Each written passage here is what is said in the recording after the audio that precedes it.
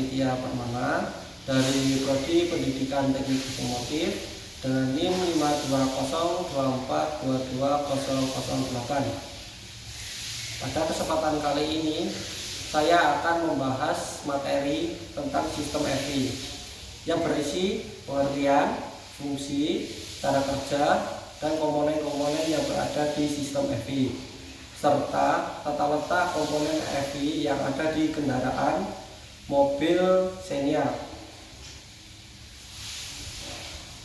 Pada video kali ini kita membahas sistem FI pada kendaraan.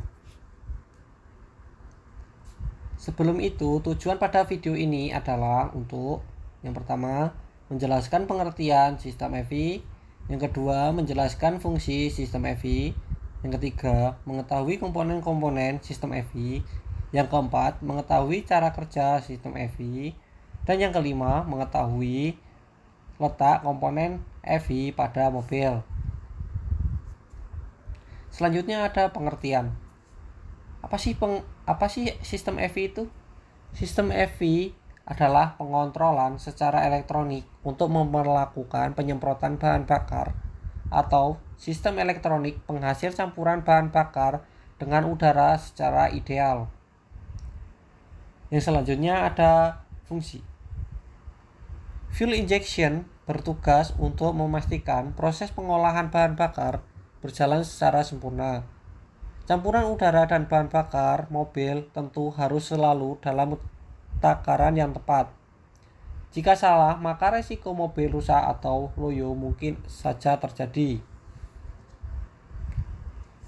Yang selanjutnya ada komponen-komponen pada sistem FI. Yang pertama ada fuel tank. Apa sih fungsi dari fuel tank itu? Fuel tank berfungsi untuk menampung bahan bakar baik yang akan digunakan ketika mesin hidup maupun mesin mati. Letak pada fuel tank ini terletak pada di bawah kendaraan. Yang selanjutnya ada fuel pump. Fuel pump berfungsi untuk memompa bahan bakar dari tangki ke mesin kendaraan agar dapat diolah dan digunakan dalam proses pembakaran.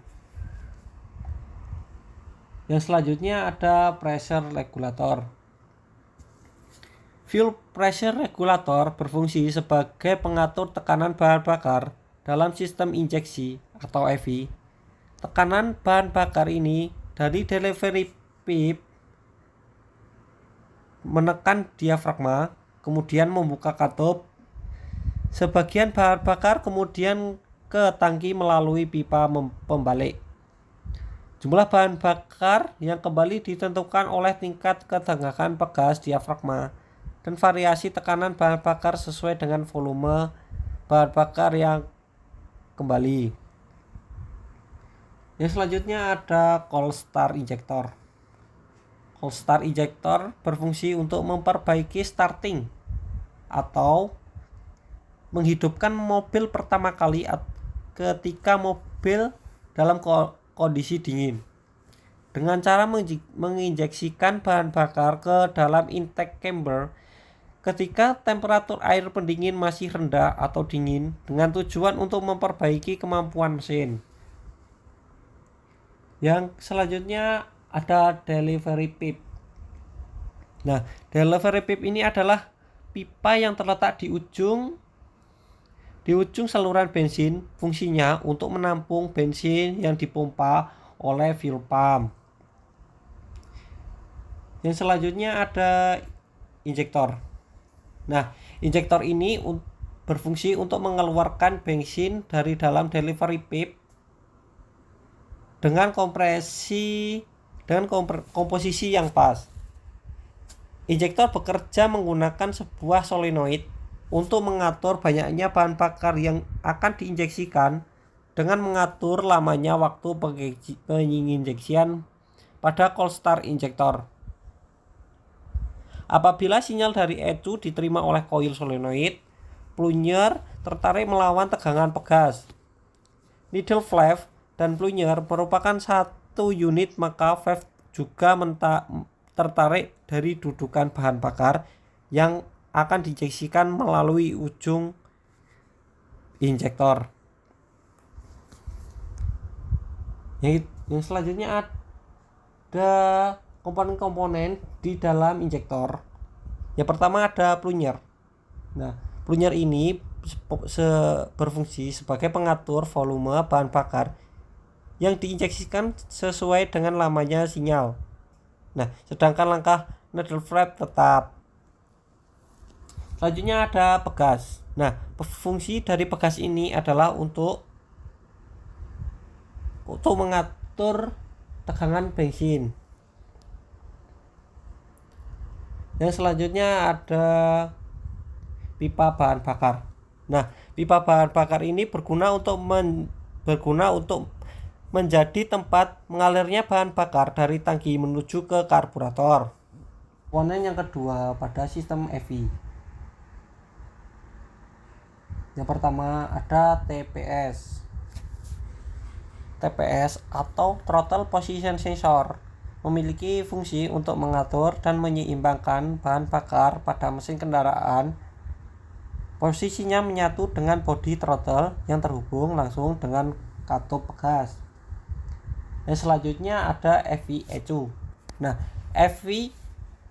agar EV bekerja lebih sempurna, ECU menjadi komponen pendukungnya.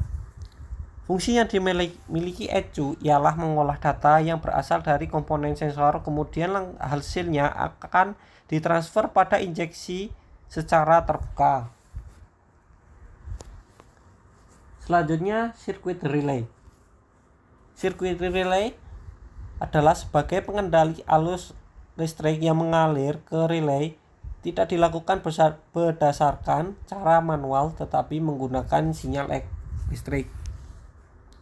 Sinyal inilah yang akan mengontrol elektromagnetik untuk memutus atau menghubungkan arus listrik. Yang selanjutnya AFM atau Air Flow Meter. Air Flow Meter digunakan untuk mengukur jumlah udara yang masuk ke mesin kendaraan atau sistem lainnya. Nah, ini membuat pengoptimalan campuran udara dan bahan bakar dan memastikan efisiensi pembakaran serta mendukung kinerja mesin yang lebih baik dalam berkendara. Selanjutnya ada WTS. Fungsi dari WTS ini untuk mengetahui atau mendeteksi suhu dari cairan pendingin dalam mesin. Jika air mesin panas, maka sinyal akan muncul pada speedometer. Yang selanjutnya ada EV relay. Relay utama digunakan sebagai sumber tegangan untuk ECU dan sirkuit opening relay. Relay tersebut berfungsi untuk mencegah penurunan tegangan dalam sirkuit ECU. Apabila kunci kontak on, arus akan mengalir ke relay, titik kontak akan berhubungan dan arus akan mengalir dari baterai melalui kedua flushside link ke ECU dan sirkuit opening relay, selanjutnya ke pompa bahan bakar.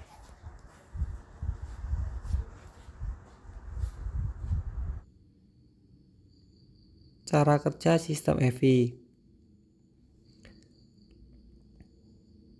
Cara kerja sistem EV. Pada saat kunci kontak on, maka ECU akan aktif. Lalu kemudian lampu check engine akan aktif dan sensor-sensor lainnya juga akan aktif untuk mengirimkan parameter-parameter tertentu pada speedometer dan ECU.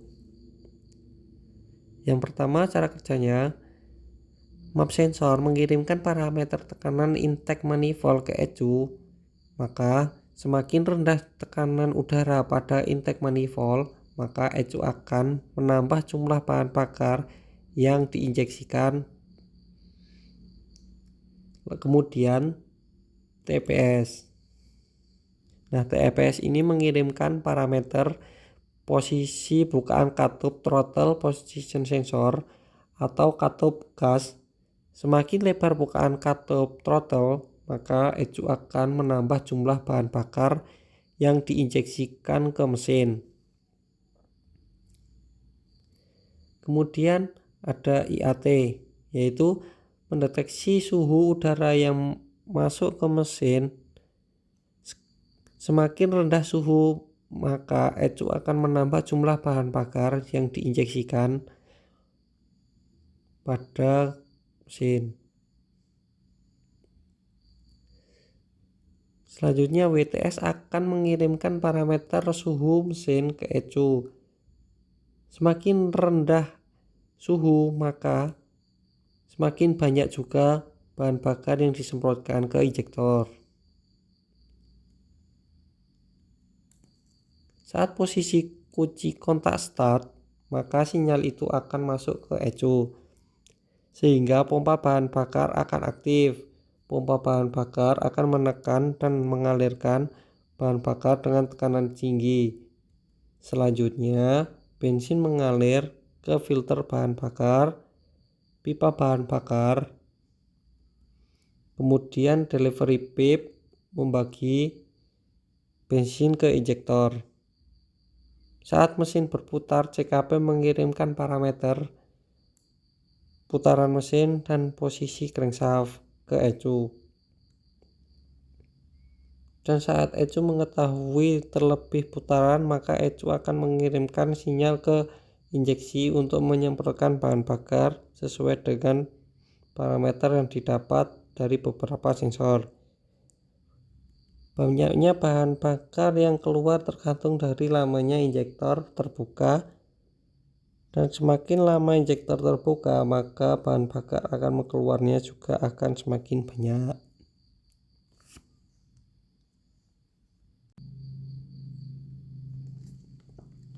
Pada saat mesin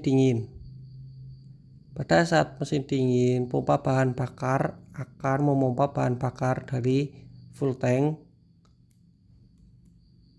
kemudian ke filter bahan bakar, kemudian disemprotkan melalui CSI. Ketika mesin dalam keadaan dingin, CSI akan menyemprotkan bahan bakar lebih banyak terlebih dahulu agar mesin hidup dengan normal. Setelah mesin dalam keadaan hangat atau agak panas, kemudian aliran bahan bakar melalui injektor ke injektor secara bersamaan.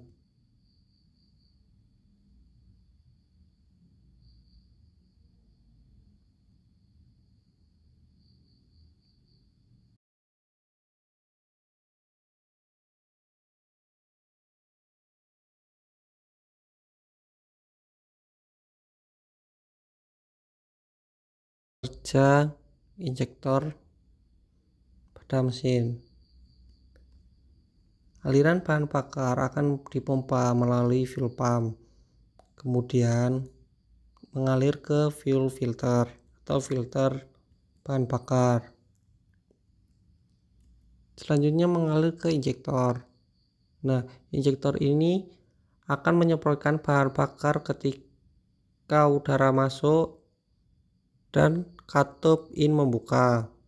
Kemudian campuran bahan bakar dan udara akan masuk ke dalam ruang bakar. Nah, ini disebut dengan langkah hisap. Kemudian apabila campuran bahan bakar dan udara masuk ke dalam ruang bakar, maka katup in akan tertutup, kemudian piston akan naik. Nah, kemudian akan terjadi langkah kompresi dan juga ledakan. Selanjutnya, langkah piston akan turun yang disebut dengan langkah usaha. Yang selanjutnya piston bergerak menuju ke atas, disebut dengan langkah buang, untuk membuang dari hasil pembakaran dari bahan bakar dan udara yang telah dikompresikan.